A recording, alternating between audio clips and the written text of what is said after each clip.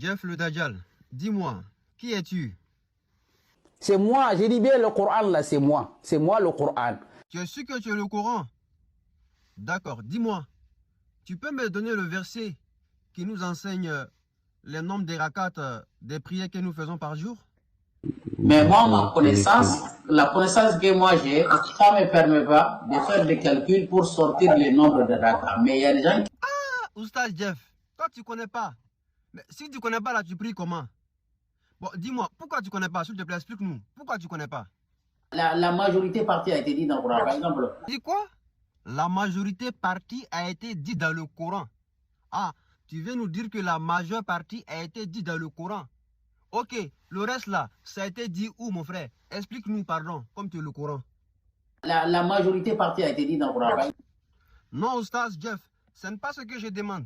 Tu as dit que la majorité n'a pas été dit dans le Coran. Le reste là, ça a été dit où? Ou bien on en fait comment? C'est ce que je veux savoir. Merci.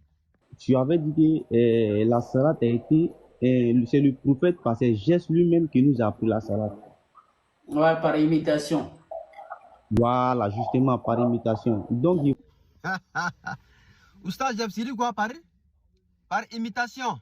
Non, j'ai pas bien entendu. Il faut répéter encore, s'il te plaît. Tu avais dit que la salat a été... c'est le prophète par ses gestes lui-même qui nous a appris la salat. Ouais, par imitation.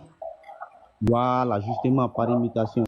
Aïe, aïe, aïe, aïe, aïe, Jeff, par imitation, hein? Nous avons reçu la prière de génération en génération par imitation du messager, c'est ça?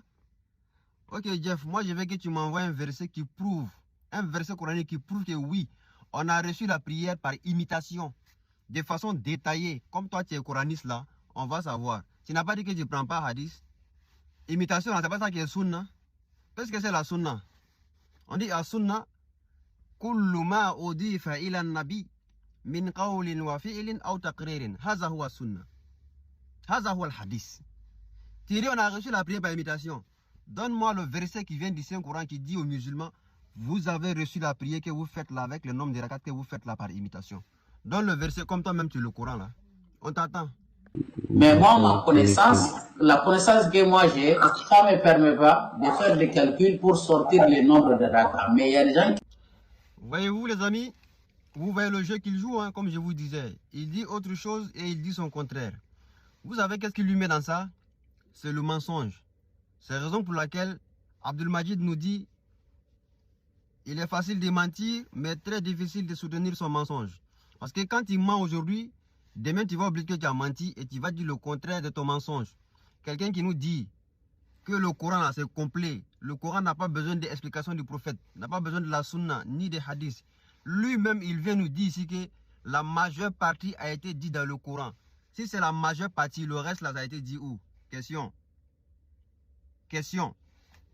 Deuxièmement, on lui dit d'envoyer un verset qui nous montre combien de rakats nous devons faire par prière. Il dit lui, il n'a pas ces versets-là. Mais par contre, il y a d'autres savants qui connaissent le Coran mieux que lui. Regardez, hein, qui connaissent le Coran mieux que lui, qui peuvent faire des calculs mathématiques pour venir nous faire sortir le nombre de rakats. Mais toi-même, tu dis, toi-même, tu es le Coran.